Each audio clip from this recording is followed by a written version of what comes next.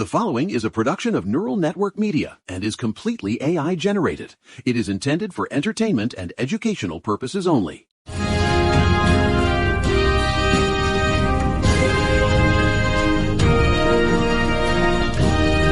Welcome to the Panopticon. It is Tuesday, April 7th, 2026, and I'm telling you the view from Manhattan today looks like a board meeting for the end of the world. But don't worry, I've had my oxygen, and I am ready to fight. I'm Julian Archer, and across from me in her beautiful, siren-filled sanctuary in Queens is the legendary Mary Kane. Legendary or just too stubborn to move, Julian? Take your cake. Look, here's the deal. It is a busy show today, and honestly, after yesterday's deep dive into Bernie's wealth tax and those corporate rent algorithms Elizabeth Warren's chasing, not to mention that UCLA Bruins win, we've got some fascinating, if slightly grim, developments to unpack. It is absurd, Mary. I mean, look, we're covering the economic civil war being waged by fossil fuel companies, which sounds like a bad Michael Bay movie, but is actually happening in our state houses. And we've got Pete Hegseth turning the military into a Sunday school with cruise missiles. A Sunday school where everyone has a bayonet. But really, we're also looking at the safety net being shredded by this One Big Beautiful Bill Act.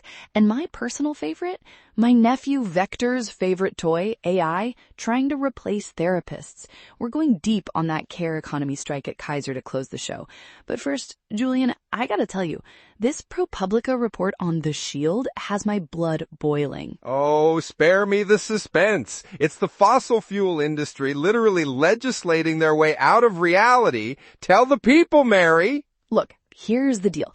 ProPublica just dropped this investigation titled Economic Civil War, and they're not kidding. They've identified 15 laws across 11 Republican-led states that are basically legal bunkers for big oil.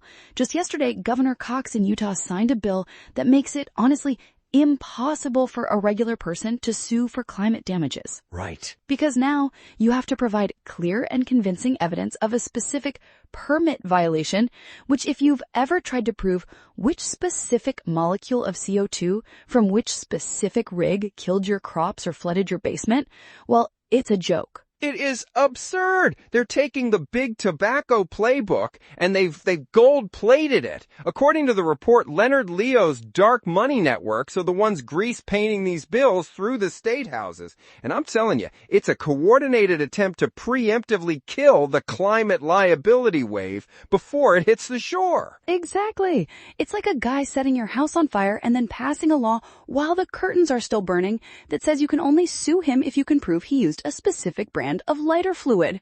And the God Squad, Julian, did you see this? Oh, the Endangered Species Committee. I haven't heard from those ghouls in 30 years, and suddenly they're back from the dead to vote unanimously for a national security exemption for oil drilling in the Gulf of Mexico. They're literally signing a death warrant for the Rice's whale, one of the rarest creatures on the planet, all because Hegseth and Doug Burgum say we need the oil for the Iran conflict. Right. I mean, as if a few more rigs in the Gulf are the difference between victory and defeat. It's a corporate raid disguised as a military necessity. Honestly, you hate to see it. It's the war on reality I always talk about, where they use the fog of conflict to sneak in favors for the people who write their campaign checks.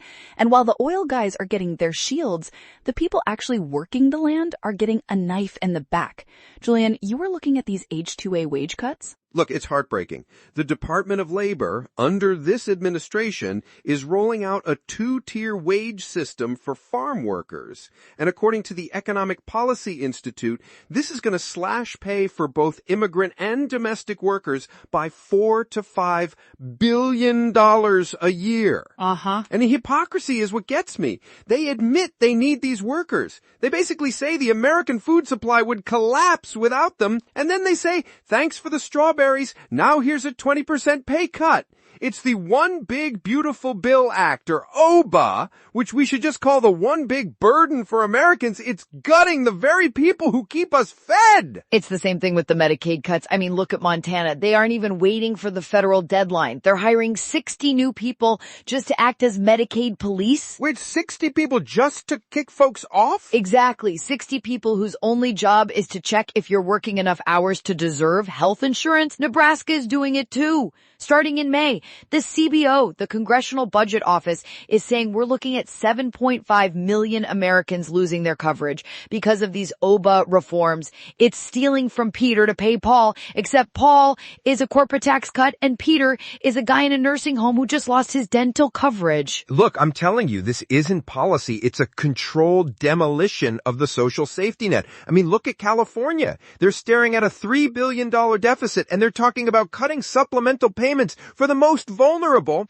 while the Vice President, J.D. Vance, is halfway across the world in Budapest. Oh, don't get me started on the Budapest junket. No, we have to talk about it. Vance lands in Hungary today to campaign for Viktor Orban because apparently Orban is down 20 points in the polls and needs a little American friendship rally to keep his autocracy afloat. Right. And I'm sitting here thinking, since when is the job of the American Vice President to act as a PR agent for a foreign strongman who's losing his own people? It's a complete erosion of democratic norms. But why should we be surprised? The Supreme Court just vacated Steve Bannon's conviction. Honestly, are you kidding me with this guy? He served the 4 months, he did the time for contempt of Congress, and now the DOJ files a motion to dismiss it in the interests of justice, and the Supreme Court just goes along with it? It's the two-tier justice system that they're always complaining about, except they're the ones on the top tier. Exactly. If you're a high-profile ally,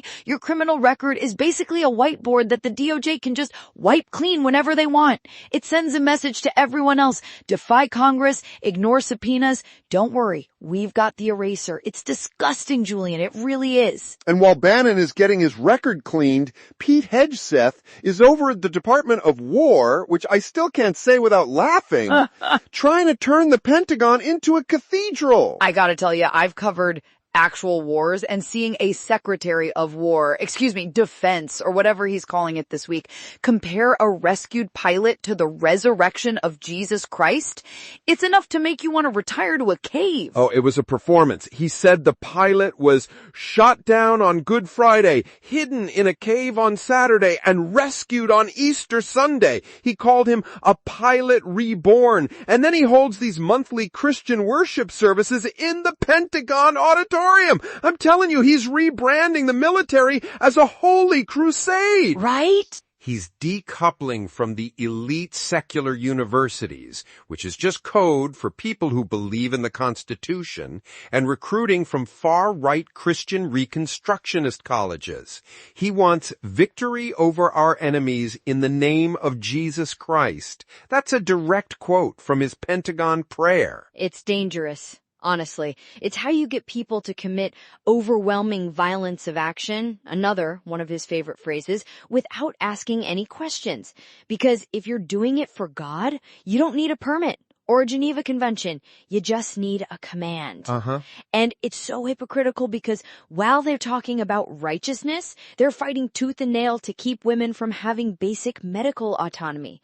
Though I did see that JAMA study about the over-the-counter abortion pills. Look, that's the one flicker of hope, Mary. A study in JAMA Internal Medicine found that people can safely use these MIMI kits, medication abortion, over the counter without a doctor. It's safer than Tylenol. The science is 100% there. But the politics aren't. Exactly. The administration is trying to resurrect the Comstock Act, a law from the 1800s to stop the pills from being mailed. They don't care about the science. They care about the control. Look, here's the deal. Whether it's oil permits or reproductive health or the Department of War, it's all about building a world where the people in power don't have to answer to anyone. Not the voters, not the law, and certainly not the facts. And speaking of answering to someone, I gotta tell you, we wouldn't even be here to talk about this without the man behind the curtain. Oh, you mean my favorite builder? Look, we have to take a second here because independent media like the neural left doesn't just manifest out of the ether. It takes real, human work to build the infrastructure. We are 100% here because of the vision and the grind of our creator, Eric Christensen at Neural Network Media. Right.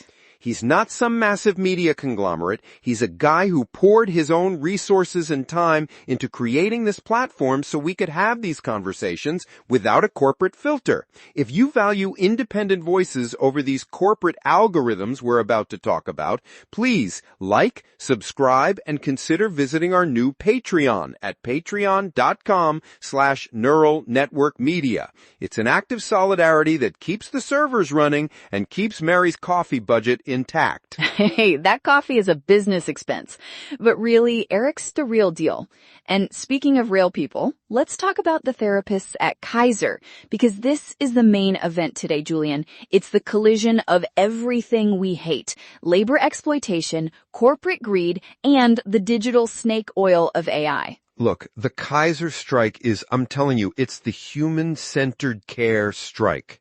We've got 2,400 mental health professionals, therapists, psychologists, walking off the job in Northern California, and 23,000 nurses standing with them. And the core of the issue is that Kaiser is trying to replace human triage with unlicensed lay operators and AI-driven e-visits. They want an algorithm to listen to your session and decide if you're stable enough to go home.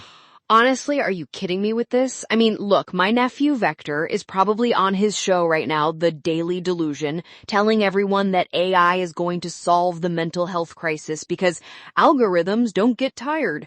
But you know what else algorithms don't do? They don't have empathy. They don't know when a patient is lying because they're scared, or when a low-risk score is actually a cry for help that doesn't fit the data model. It is absurd. The union, the NUHW, is saying Kaiser refused to put tech protections into the Northern California contract. They agreed to it in Southern California, saying the tech would assist but not replace therapists. But they won't say it in Oakland. Because they want the flexibility to replace them. It's the same thing as the H-2A farm workers, Julian. They want the cheapest possible version of a human being. And if they can't find a human cheap enough, they'll hire a bot. And the ambient listening. They want to put in ambient documentation tools in the room. So while you're talking about your deepest traumas, there's a machine optimizing your clinical notes for insurance billing. Right? It's a violation of the sacred space of therapy, and they're doing it because of the pressure from these Obama cuts. If the federal government is slashing billions from healthcare, these corporate providers look at a chatbot and see a way to keep the margins high while the care quality craters. It's a race to the bottom, and the workers are the only ones standing in the way. I saw those pickets, people dressed as robots with signs saying patients are not algorithms. And I gotta tell you, it's the most important labor battle of the year because it's about what we value as a society. Do we value care, or do we value trough throughput efficiency? It is absurd. I'm with the human-centered side every time. You cannot automate the soul. And I don't care how many oxygen hits my nephew's generation takes. They can't code their way out of the need for human connection. Amen to that, Julian. And I think that's where we have to leave it. The line is drawn between the people who want to shield polluters and automate our minds and the people who are actually standing on the line to keep us human. I'm telling you, Mary, we're holding that line. That's our show for today. We covered a lot of ground, from the God Squad to the Department of War and the brave therapists at Kaiser. But we'll be back tomorrow to do it all over again. If the AI hasn't replaced us by then. They can't afford my tailor, Mary. Look, good night, Julian. Look, keep the faith, everyone. And remember, if it sounds too good to be true, my nephew probably invested in it. Good night, everyone. The Panopticon is closing for now.